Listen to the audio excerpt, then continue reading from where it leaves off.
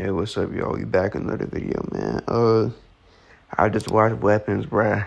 It was, it was good. I don't mean that like that saw as in it was bad or nothing. Like I really enjoyed this movie, but we gonna get into everything. The movie review. We're gonna try to get into it as quickly as possible. So look. So the first thing we gonna talk about is the hook and first impression of the movie and what made me want to see the movie. So that's just my review template, you know what I'm saying? I had it in my notes. So every review could be structured and shit. But yeah, so like my first impression of the movie, this was before the movie even came out, I was seeing trailers, I was seeing people talk about it, like how it was mysterious. They wasn't revealing much about the plot.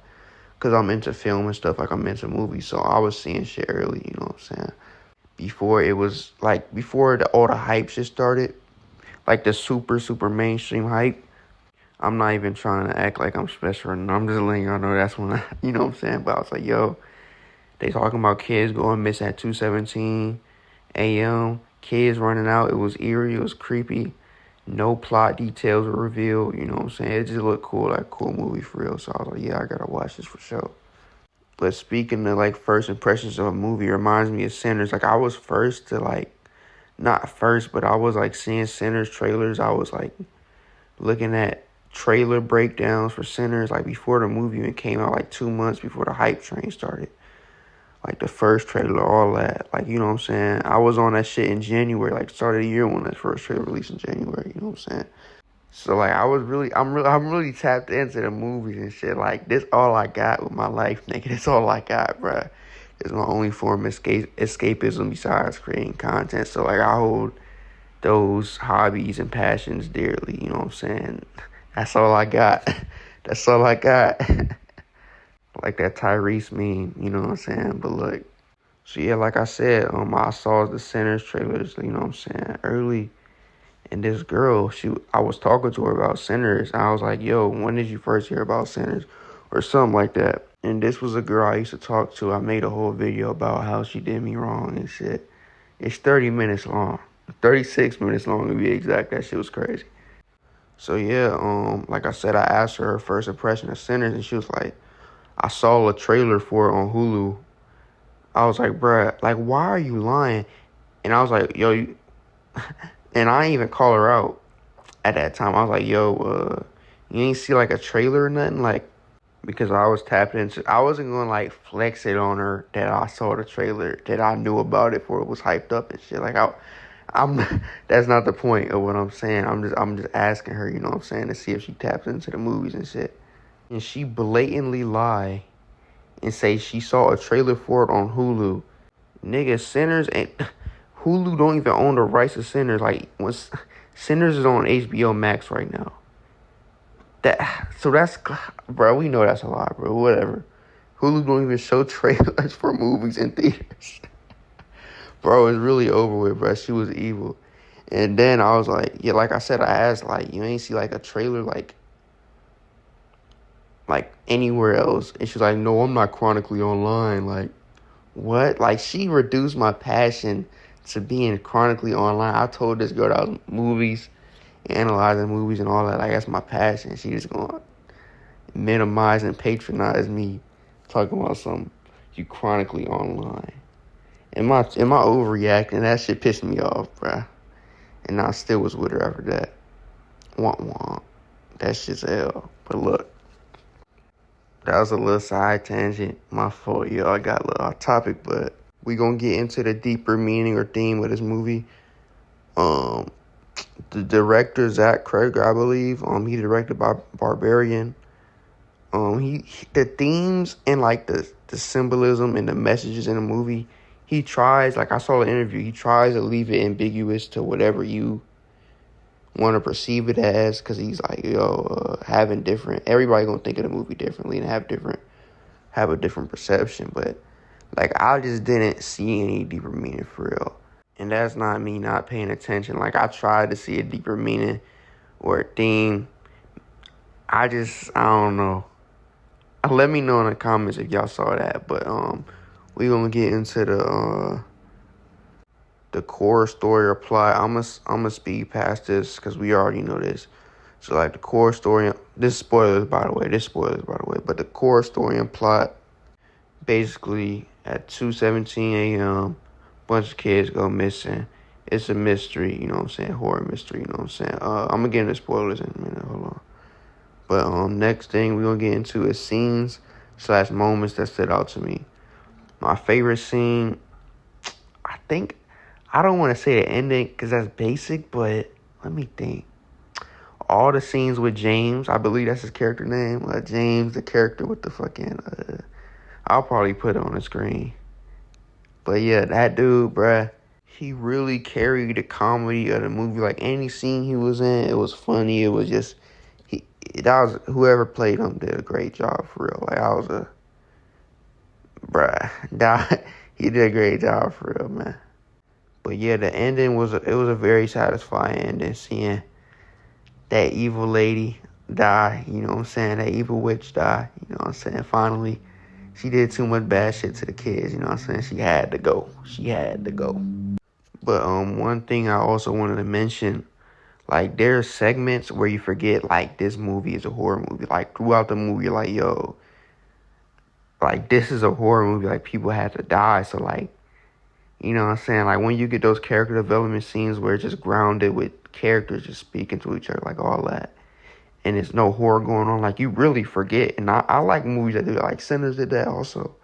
I love like character, you know what I'm saying, focus segments. I love all that. Like that, I like that part. Like those scenes, I don't want to say they stood out to me, but like in general, that whole, you know what I'm saying, that whole experience stood out to me. Like forgetting it's a horror movie and just being so immersed in the character story that like, yo, you forget it's a horror movie. I think that's so cool. But yeah, the character switches, like the POV changes, I really love that, bro. Like you switch between like 5 characters. The only problem was I feel like the cops one was pointless. They could have cut that out, but I don't want to even, you know what I'm saying? They could have just had the cops show up through James's POV. I feel like that dude, his whole subplot, his whole plot was pointless. Like him cheating on his wife with the main character, Justine. Like, his name is Paul, so he cheated on...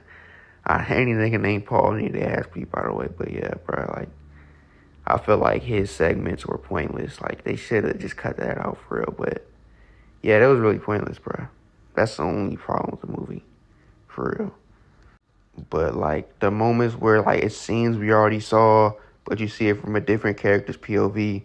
More movies need to do that character switch shit. Like that shit was so fire. It was so immersive. Like I love that shit, bro. Like that, I'm gonna forever remember this movie just because of that. Like that was beautiful. The characters slash character development. Like I said, the character POV switches. We get to see a lot of characters. One character that really stuck to me, that felt like the main character, was the child at the end. I forgot his name, bruh. That's embarrassing. But yeah, I think his name, I don't even want to try. But look, yeah, it was him and Justine, but I was more connected to him more. It made his story was just the most fleshed out. Like we see Gladys, I believe was her name, Gladys or Gladys. She pull up on him, pretend he is aunt or something, and just take over his parents. And yeah, that shit crazy. We see, like, we basically like uncover the whole mystery through him. So yeah, I feel like, yeah, like the whole mystery of the movie is uncovered through him. So yeah, like he had the most important character plot, his most important character arc. So I guess that's why I felt connected to him. But yeah, that was good for real. But the actor who played Justine did a great job. Like I love that. Like in their chemistry with Paul. Like every time Justine saw Paul, a certain song played. I don't remember the exact song, but that time with the sound and score, I wasn't really paying attention to the sound and score because I was so immersed in like the plot and just the characters that I didn't even give a fuck what music was playing. But the music at the beginning when the kids was running, that was good. But yeah, like I said, the music that played every time Justine see Paul, it just showed how much she cared about him. And just when she see him, she just open up, you know what I'm saying? That's the first time we see her character smile. It's beautiful. Love to see it. But like the acting and the performance was good. I was really connected though. This tie into the character relatability I was gonna do later on, but I'm just doing it now. I was connected to what's his name? Oh yeah, Marcus. I was connected to Marcus and his boyfriend, bro, or his husband, I don't know. But those two characters, they just seem to vibe out with each other. You know what I'm saying? And then when, you know what I'm saying, Marcus turned and had to kill his boyfriend, I was kind of sad, bro. So that was one of the emotional points in the movie that got me kind of sad, bro. I was like, damn. I was sick. But yeah, their performance was good, but I feel like the best performance was the child, and Justine did pretty good playing a complex character. Like, they mentioned her having a DUI, being fired for inappropriate stuff at her last job. Like, she a complex character. And I like that we find out those details about her from a different POV. Like, that's cool. Like, they reveal more details about her character through somebody else. So I feel like that was cool. That was a cool part of the movie, for real. Yeah, the movie was really well written, for real. Like, I'm going to study this for a while, you know what I'm saying, to get my writing game up, for real. You know what I'm saying? But the cinematography and visuals, they were pretty good, bro. Like, I like the one when Justine was walking in the store and got attacked by Paul's wife. Like, that one when she walked in the store and you see Paul's wife, after Paul had cheated on her, you know what I'm saying, you see Paul's wife just follow Justine in the store. And that Warner, I just like Warners, bro. I love Warners. That was just beautiful. Even though it was a short Warner, it was good. I love that shit. That was really one camera type nerd scene that I fuck with, you know what I'm saying? Just for like the camera work and all that, like that. That's why I fuck with that scene. But like overall, the visuals were good, you know what I'm saying? Some good visuals, especially at the end with all the blood and gore when it was ripping apart. Grandis, you know what I'm saying? I think that's her name. I don't want to fuck the shit up. But lastly, is it rewatchable, and did the film leave me with a lasting impact? For sure. I feel like it's rewatchable at least one more time, at least, because it's like some scenes, some segments are unnecessary. Like I said, Paul's whole thing was unnecessary. Like, I didn't need to know what he got going on. Like, he's already into other people's segments, which was Justine's segment and James' segment. Like, we learned enough about him here to not even need his whole backstory. Like, I feel like that was really unnecessary. So, like, going to have to watch all that and seeing other unnecessary scenes. I forgot what they were, but seeing those is like, it ruins the rewatchability. Not ruins, but it's still rewatchable, you know what I'm saying? Like, another 1 or 2 times, maybe in a couple years you watch it and it's good. But yeah, it was pretty good, for real, overall. And it did leave me with a lasting impact. I'm gonna forever study this film. It's a very good movie, for real. Like, I love that shit. But yeah, I love y'all, man. We gonna end the video here. This shit, I yap too much. The video is too long, bruh. But my viewer retention I know niggas ain't even get to the end of the video, bruh. But yeah, like I said, I love y'all. I'll see y'all next video. I love y'all, man. Hyping balls up to something. Woo! Hyping balls up to something. Woo! Hyping balls up.